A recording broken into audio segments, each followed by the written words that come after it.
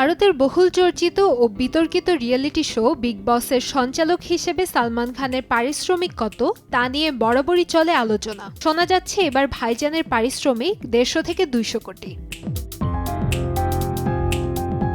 সালমানের পারিশ্রমিক নিয়ে যখন চারদিকে গুঞ্জন, তখন বিষয়টি নিয়ে মুখ খুলেছেন বিগ বস 19-এর নির্মাতা ঋষি নেগি। তিনি স্পষ্ট জানিয়েছেন সালমানের চুক্তি সরাসরি জিও হটস্টারের সঙ্গে। সঠিক অঙ্ক জানেন না তিনি, তবে ভাইজান উচ্চ পারিশ্রমিকের যোগ্য।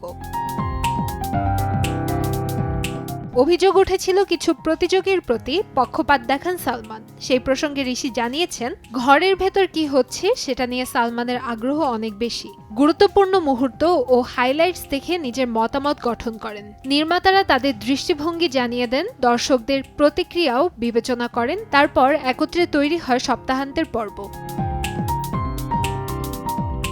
2004 সালে বিগ বসের 4র্থ মৌসুম থেকে সপ্তাহান্তের দায়িত্বে আছেন সালমান খান। তার রসিকতা, কড়া মন্তব্য আর আন্তরিক সম্পৃক্ততার জন্য বিগ বস এখনও ভারতের অন্যতম জনপ্রিয় রিয়েলিটি শো। কান্তাময়ী স্নেহা, সময় সংবাদ, ঢাকা।